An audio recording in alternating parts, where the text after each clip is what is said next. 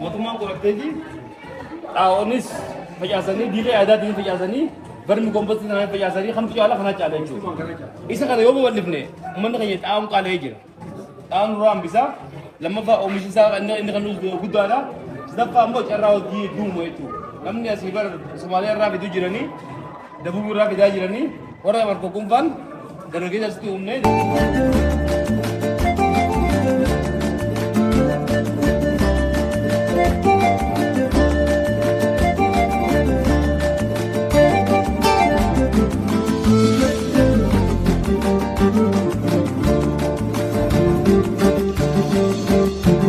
Arra walaaluwaanu akka biyyatti akka Itoophiyaatti erga muummichi ministeera Abiyyi Ahmad jijjiirama booda dhufee bu'aa jiru laalla jechuudha. Nuti akka aanaatti jijjiiramni eega dhufe laalla akkasumatti Haaldiis Abiyyi dhufee erga Haaldiis dhufe magaalaan Qobboo waan inni hojjeteef erga jijjiiramni dhufe boodatti magaalaan Qobboo wanni hojjetame tokko lama inni isin garsiisuu barbaanna waan ta'eef kan asirraa eegalee ida wajjisa jiru. Guyyaa irraa zoteeshin deemeef guyyaa muummee ministeeraa keenya.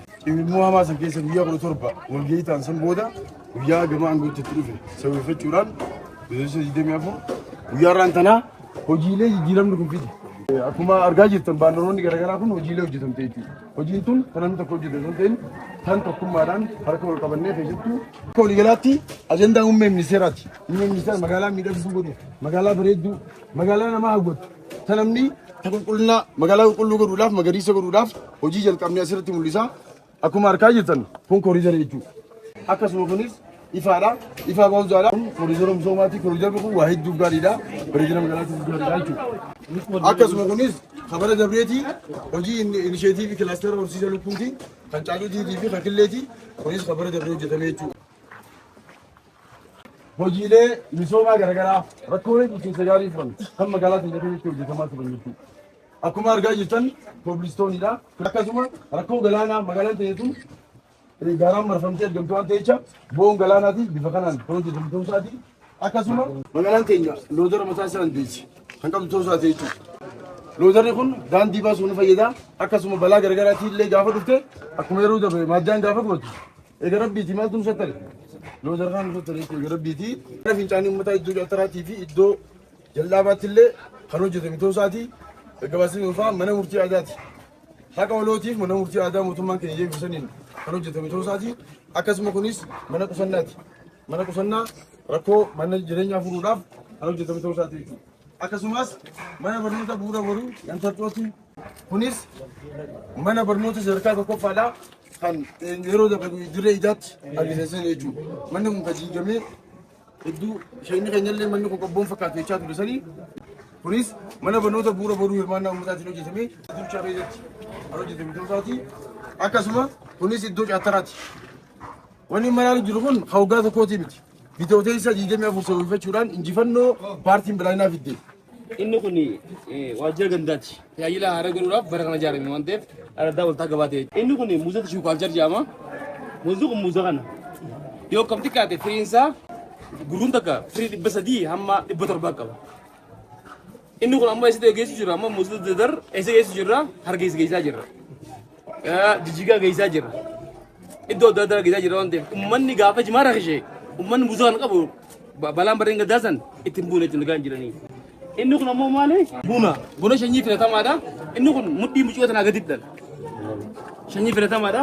Inni kun yoo kamti kaate bara kana sheenni engadda bunarra diidu wayi godhe yoo kamti kaate firii hanga miliyoona 6 qopheessaa jira jechuudha bara kana. Bara dabrallee hanga miliyoona 7 qopheessine bara ammoo miliyoona 15 faani qopheessina. Firii isaa kun ammoo garuu iddoo addaan filanneet iddoo bunni ta'utti hedduu filallaa jira jechuudha. Inni kun dinnichaadha. Laga baadiratti warri dinnichaa kun buqqaasu jiran amma jimaa. Yoo kamti kaate nama tokko qarshii waliin baay'ee deemu guddatee deengatti.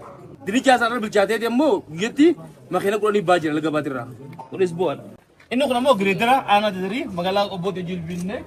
Wanni kun gaafas binne miliyoona 12 amma ammoo miliyoona 60. Narkamu bitaa isaati. Kunis bu'aa erga muummichi ministeeraa dhufee yaadama idaamuu qaba.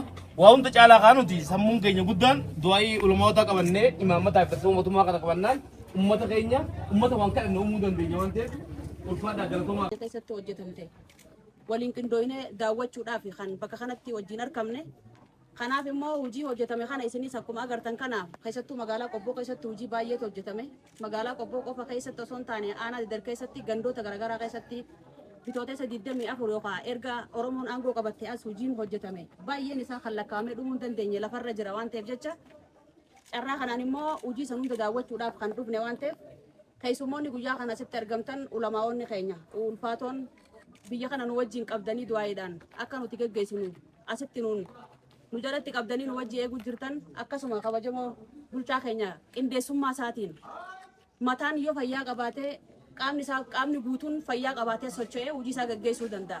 Qindeessummaa bulchaa keenyaatiin qaama salaa qabachuu qabu qindeessee ulamaa'ota biyya kana keessaa fiqqabee dargaggoo akka amala isaatiin fiqqabee hooggantoota isaa yookaan hooggansa isa jala jiru akkasii fiqqabee abbootii qabeenyaa akkasii fiqqabee uummata bal'aa of jalatti qabee kabaja uummataaf kannamuu qabuu fi nama hundaafuu kabaja isaaf kannamuu qabu kannee fi naa wajjin biyya kana geggeessuu qabna dhaloota dhufu jijjiiruu qabna jee qabatee deemaa jira waan ta'eef jecha anilleen maqaa paartii badhaadhinaatiin bulchaa keenya akka naa galateeffattan barbaada jechuudha.